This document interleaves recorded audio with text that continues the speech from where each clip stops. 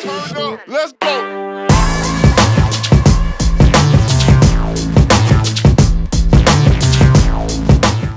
What is up, you guys? I'm Charmx. Today I'm going to be reacting to Being the Best slash Worst Ever by Jane Animations. I love Jane Animations, and I don't understand the title, Being the Best slash Worst Ever.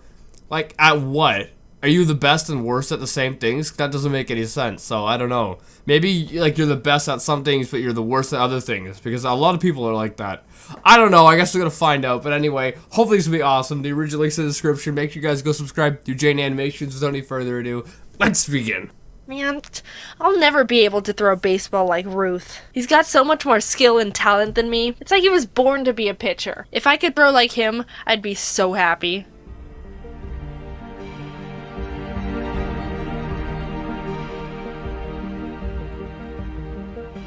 I like the animation so far. So far, I'm liking this. But as a side note, though, regarding a baseball, people who pitch in it normally end up ruining their elbows because when you pitch, your elbow has to like do stuff it's not meant to do, and that really puts like a lot of strain, and you end up getting you end up having a lot of problems. So maybe it's the best if you aren't able to pitch like Ruth.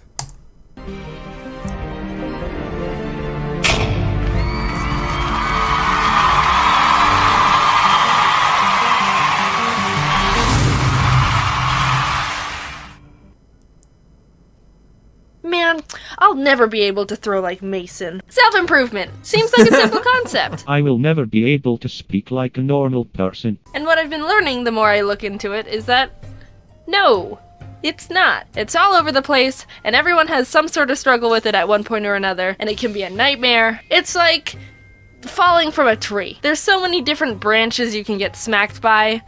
Then I want to talk about it. Self-improvement is extremely important to me. Out of all the personal values I stand by, it's the one I actively think about the most. Multiple times a day, I'll end up having some sort of checkup with myself to analyze if I'm doing enough to satisfy my self-growth quota.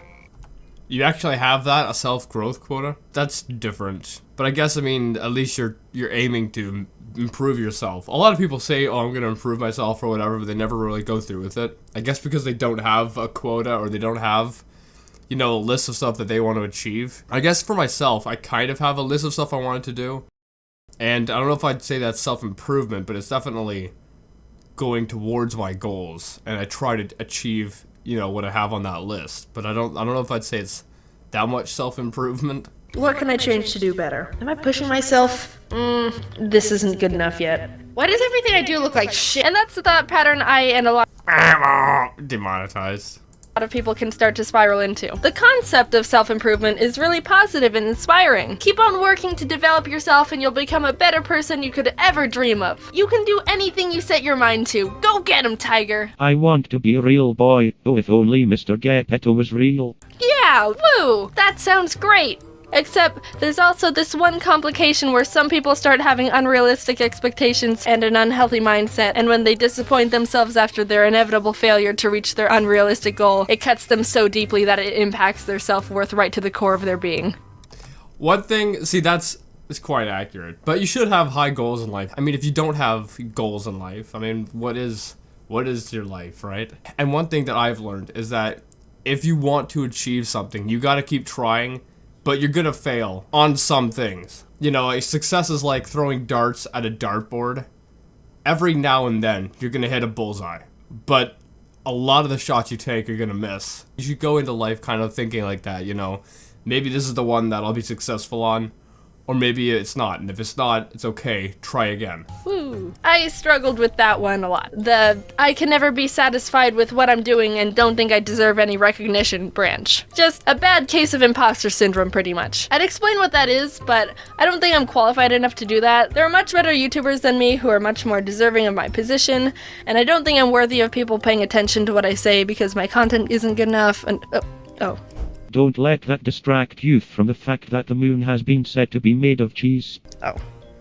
I really want to be able to play this really intense piano song because I've never done anything at that difficulty before. And I'm gonna push myself out of my comfort level.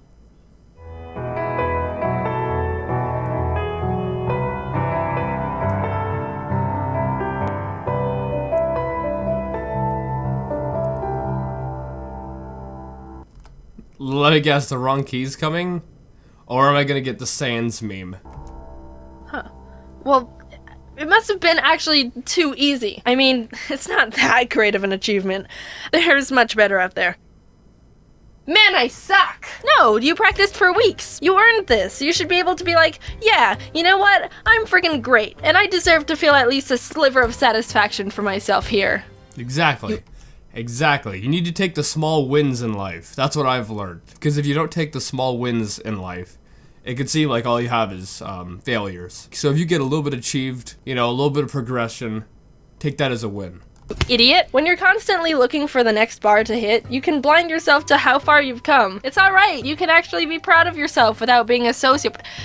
Cocky douchebag. Since I value improvement so much, any sense of satisfaction with something would make me worried that I was settling and I wouldn't push myself anymore. Hindsight is 20/20, and I'm able to see how actually super toxic and damaging that thought process was. Yeah, you can be satisfied with your accomplishments, but at the same time you should always have a goal on the horizon. So if you have accomplished something, you should be happy and move on to the next. I wasn't pushing myself out of passion like I thought I was. It was all just a disguise. Let's see who the culprit really was. What? Oh no! It was actually pushing myself too hard out of blind fear of becoming complacent. I got jinkied. Self-improvement. See, I push myself. I don't know what's complacent mean. I don't know. What the frig does complacent mean? I gotta look this up now. It's basically showing satisfaction with your own achievements or something like that. I mean, I think you should be, I don't know if I'd say satisfied, because you always want to keep improving or growing in, you know, what you're doing and whatnot. But you should be happy with the stuff you've done that, you know, has been successful. Improving also pertains to self-help. You can't grow as a person when you're holding a whip to yourself. Can you whip yourself? I looked it up and ended up on a page I didn't want, but the analogy stands. You know that SpongeBob episode where SpongeBob was like verbally abusing his snail and then it ends up exploding? This is your brain on negativity. Any questions? Yes, how did the yolk of the egg not burst? A big trip up can also be comparing yourself to other people. There's definitely positive aspects of being inspired by people you look up to, but like most things, too much of anything can be bad. There's always going to be people of a higher skill set than you, so you should try to identify who you are, not who to compare yourself to. Yeah, you should always try to, like, when you're trying to achieve something, because there are always going to be people, for the most part, you know, smarter than you or better than you at something. But you should compare what you are now to what you were. And if you're better now than what you were a week or two ago, then you have, you know, you've achieved something. And then that should be your goal, is to be a little bit better in 2 weeks from where you are now, if that makes sense.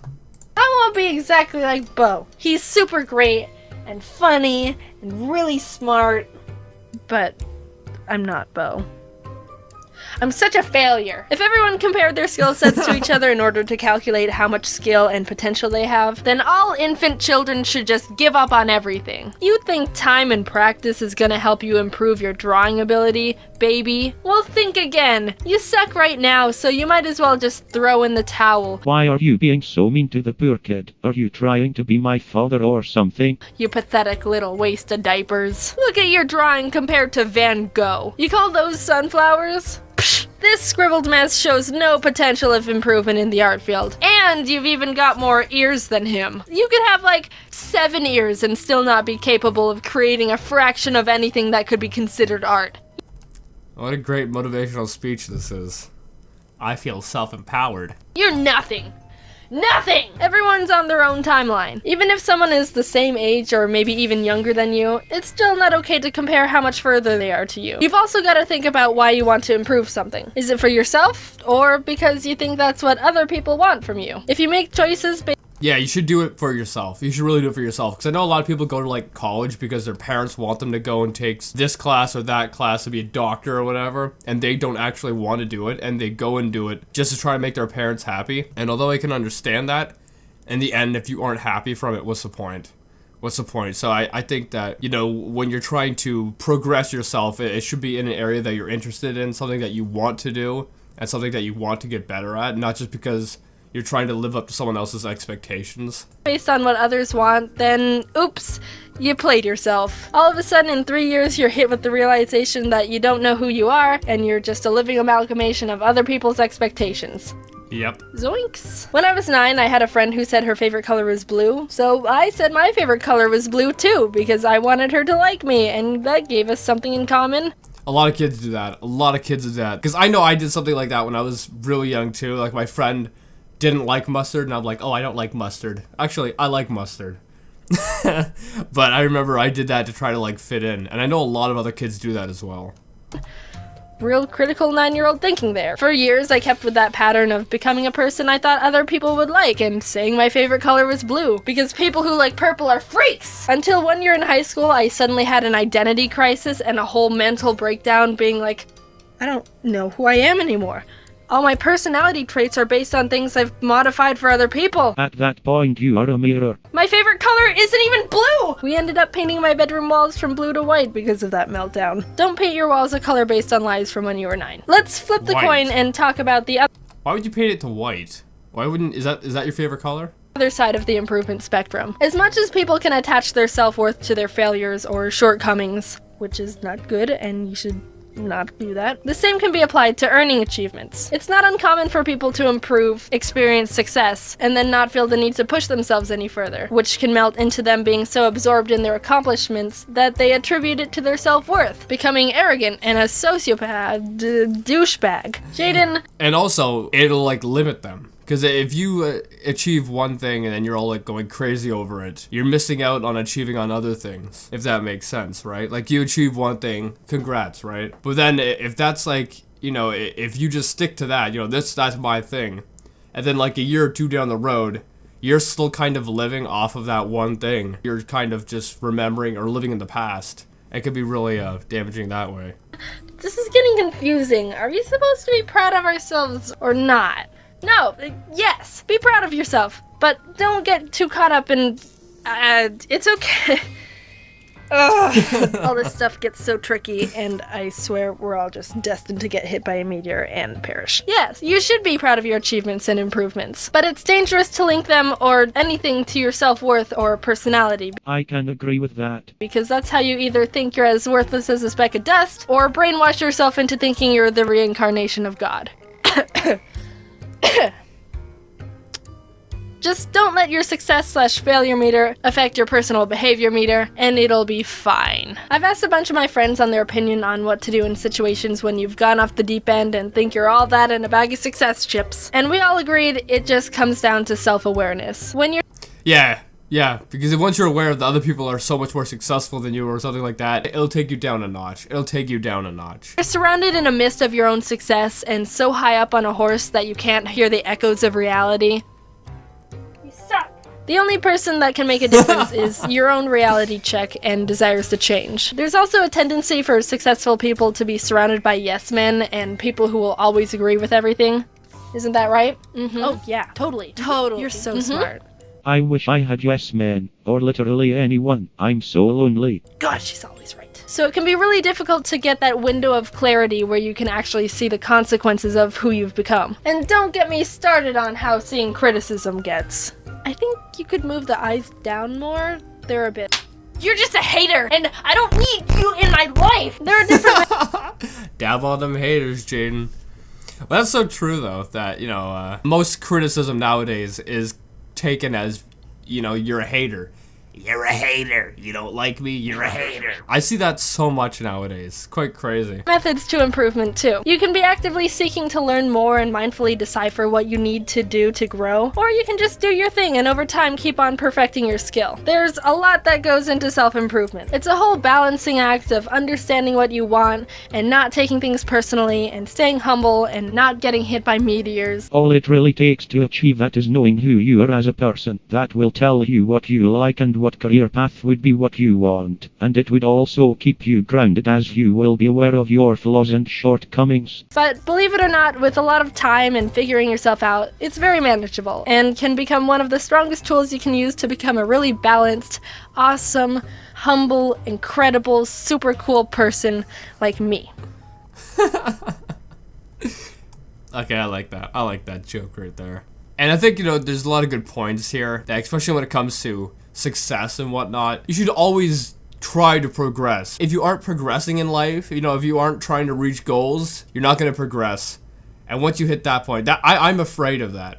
I'm afraid of that. So, you know, every day I'm trying to work to try to accomplish different goals that I have. I think one of the things that makes me try so hard is that I'm just afraid of getting stagnant and then, you know, just kind of becoming like a lot of people in society who have let go of their dreams and whatnot. That's kind of what keeps me going. So if you've accomplished a couple cool things, don't live off that. Take it as a win, but you gotta keep progressing. So get some other goals and try to accomplish them.